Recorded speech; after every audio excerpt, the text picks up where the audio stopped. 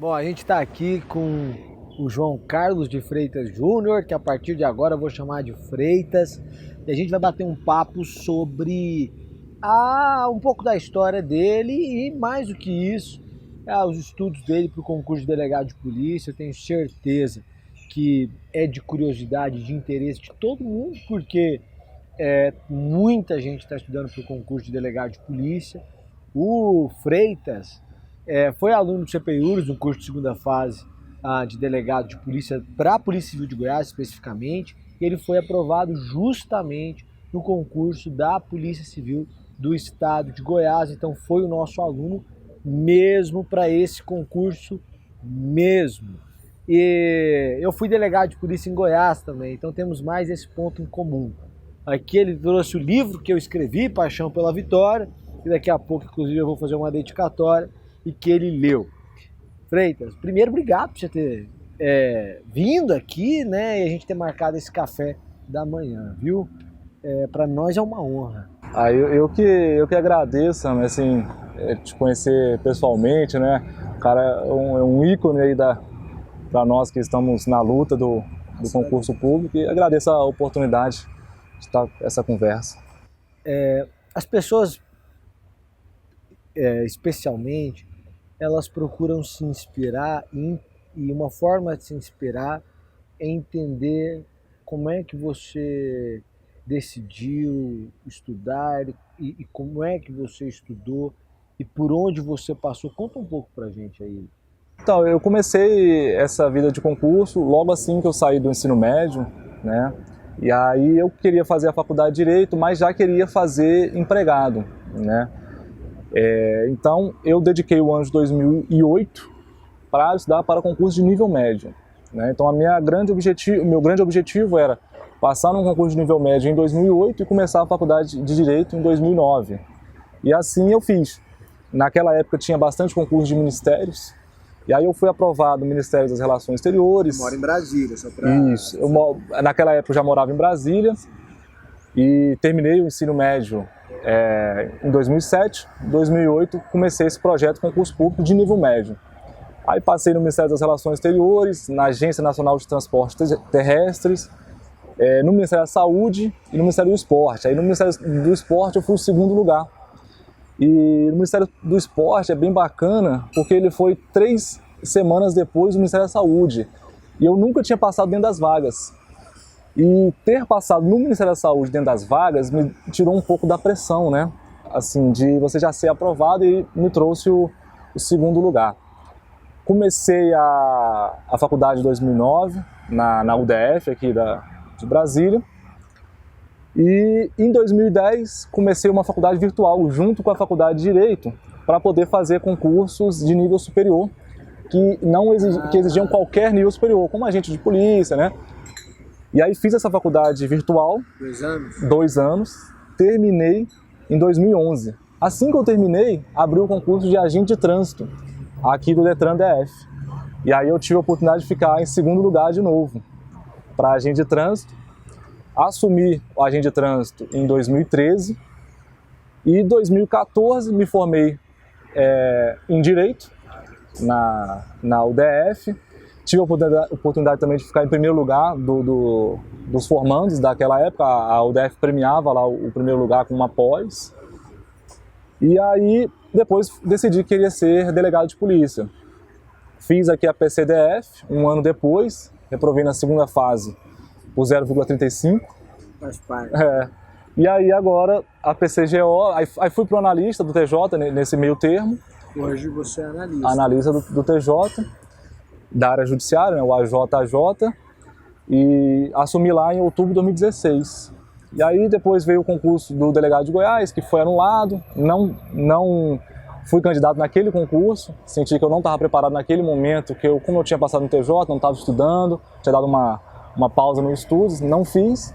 Mas aí, como foi anulado, optei por estudar bem antes do edital. Quando começaram os rumores lá que ia anular, o concurso ia ser bem maior, e aí fui abençoado aí com o primeiro lugar na fase discursiva, né? Agora a gente vai para o curso de formação. Isso, então até esse presente momento você é o primeiro lugar do concurso. Que agora só falta o curso de formação, quer dizer, a parte tanto jurídica quanto TAF já passaram, e resta agora apenas o curso de formação. Uma dúvida é, você estudava quantas horas por dia ou por semana para delegado de polícia? Para a PCJ específico, eu era oficial de gabinete lá do Juizado de Violência Doméstica de Planaltina, né? Então era bastante longe e era um cargo que me exigia bastante, né? E aí eu conseguia estudar mais ou menos 3 horas de manhã, ali de 8 da manhã às 11 da manhã, e mais umas 2 horas à noite, isso de segunda a sexta. Então 5 horas por dia. No sábado, aproveitava para estudar o sábado todinho, de 9 horas da manhã até 19 da noite, mais ou menos, com o intervalo do almoço e tal. E no domingo, descansava o domingo todinho e estudava no domingo de noite. Para mais ou menos, eu optava por descansar, acordar à tarde no domingo, almoçar bem com a família, aí dormia à tarde e estudava domingo à noite. Mas aí você estudava o quê? Aí eu fazia, para a PCGO, Não, mas no domingo à noite? Eu fazia leitura de caderno, né? Assim, eu fazia leitura de caderno, porque... Mas então, domingo seguia o mesmo padrão de estudo? Isso, mesmo padrão, assim, assim, o que eu estudaria numa segunda normal, eu estudaria no domingo à noite, era um dia a mais, assim, um dia útil. De quantas horas no domingo à noite? De 19 às 23. Então eram 4 horas, um tempo relevante. Então mais ou menos, segunda a sexta, 5 horas, são 25 horas, no sábado 8h33, no domingo 4h37, quer dizer, líquido talvez entre 35 e 37 horas por semana. Isso, era o que... Tem bastante relevante. Só que o fato de ser oficial de gabinete me ajudou demais, né? Por quê? Porque assim, você manusear o processo na prática me deu uma bagagem assim, de buscar jurisprudência, até próprios artigos, né? Claro. Por exemplo, uma pergunta que eu sempre cito foi de Lei Maria da Penha da segunda fase, do segundo dia. E aí perguntava sobre medidas protetivas de natureza civil. Não é muito o que a gente estuda, né? A gente estuda afastamento do lar, tal, algo mais com viés penal, mas tem lá suspensão de contratos e tal. E isso a gente, só na prática você vê, né? Você dá uma lida na lei, mas assim, você só grava mesmo quando você trabalha na prática. Então, assim, o TJ, especial, a função de oficial de gabinete me ajudou muito a minha escrita, o raciocínio jurídico mesmo, né? O que também derruba o mito de que trabalhar retarda a aprovação. O que você está dizendo basicamente é que trabalhar antecipou a sua aprovação. Quer dizer, você conseguiu estudar uma carga horária muito relevante, especialmente para quem trabalha, né? 35 horas líquidas por semana é muita coisa, e o trabalho só contribuiu. E basicamente, como é que você estudava?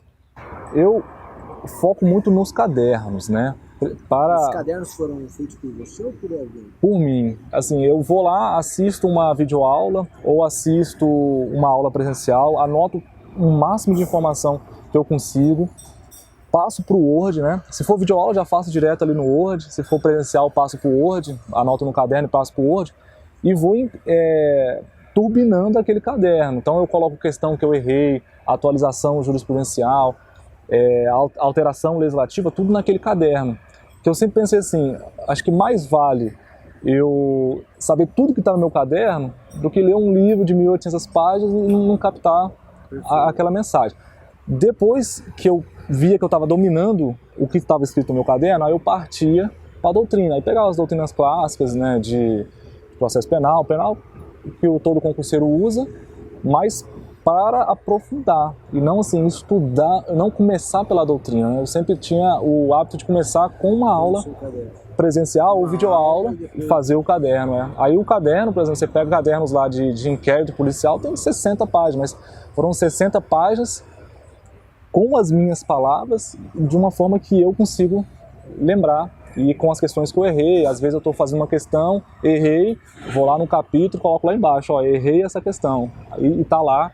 E quando eu for fazer revisão, eu já vou ler essa questão mais uma vez. Perfeito, perfeito. Então, assistir videoaula, fazer o próprio caderno, depois estudar pelo próprio caderno. Questões. Quantas questões você fazia por dia? Né, em específico para PCGO, eu tenho o hábito de fazer terminar um capítulo, terminei lá, controle de constitucionalidade, vou lá e faço o máximo de questões que eu consigo dentro da minha hora ali que eu coloquei para estudar constitucional. Na PCGO, de 15 de maio, que foi o edital, até 12 de agosto, que foi a primeira fase, eu fiz 9.000 questões. Meu Deus, é muita coisa. 9.000 questões são 90 provas de primeira fase. Então, assim, foram mais ou menos quase 90 dias, né? Eram 100 questões por dia. Você fazia basicamente uma prova por dia. Só que, assim, as questões que eu acertava, eu meio que não estudava ela profunda, até porque eu tinha acertado. Agora, as que eu errava, eu buscava colocar no caderno, entender por que eu errei. O que você está dizendo é que quando se aproximou, você já tinha toda a sua carga, a sua bagagem, você acabou focando em exercícios para a primeira fase. Foi porque eu já tinha os cadernos prontos. Aí eu atualizei os cadernos com o cursinho que eu tinha adquirido, porque os meus cadernos eram de outros anos. Eu falei, vou atualizar com base num cursinho específico para PCGO. E como a atualização é mais rápida, eu vou ler todos eles até a primeira fase, né? Então, assim, como eu já estava os cadernos prontos, basicamente a preparação foi revisar os cadernos a ponto de entender tudo que estava ali. Que legal. E aí você foi para a segunda fase. E aí na segunda fase, como é que você estudou? Que é uma outra, porque às vezes o aluno ele se descobre na segunda fase e aí fica perdido. E aí? E aí, na segunda fase, eu havia reprovado exatamente na segunda fase da PCDF 3 anos antes, né? E aí eu falei, dessa vez, porque da outra vez eu tinha feito um cursinho presencial que focava em conteúdo. Só que aí eu falei, pô, mas eu passei na primeira fase, conteúdo eu acho que eu já tenho. E aí eu falei, não, então vou procurar um curso de rodadas, né, que vai te mandar perguntas e respostas, mas com correção individualizada. Aí surgiram várias oportunidades no mercado, e aí uma menina, a Andressa, que trabalhava comigo lá no juizado, falou, pô, por que você não faz o curso do Dr. Summer? Aí eu falei, mas por quê? Não, é porque ele já foi delegado da PCGO, a prova dele pode ter sido próxima à sua, então vai ter a experiência. Aí busquei o CPIURES e a minha preparação basicamente foi focada em questões discursivas, respondi o máximo de questões discursivas que eu consegui nesse tempo, que é pouco tempo, né? Sim. E fiz os simulados do CPIURES como se fosse a prova mesmo, marcando ali 5 horas, assim. Tem que simular exatamente. Foi.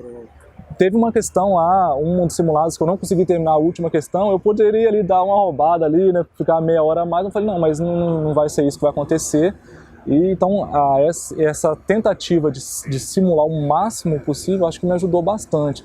Não fui bem, assim, se os delegados lá do CPIURES olharem assim o histórico, vão ver que eu não fui bem. Isso, de nota, não fui bem, mas a forma como eles corrigiram, eu acho que me ajudou bastante, porque eles apontavam, eles falavam, cara, você até tem conteúdo, mas você não está conseguindo colocar isso no papel. E aí as dicas que eles foram me dando, aí eu fui focando em tentar adquirir mais conteúdo e acertar a minha forma de colocar aquele conteúdo no papel. Isso é importante, porque na maioria das vezes a pessoa tem uma dificuldade muito grande de expor o conteúdo, e explico.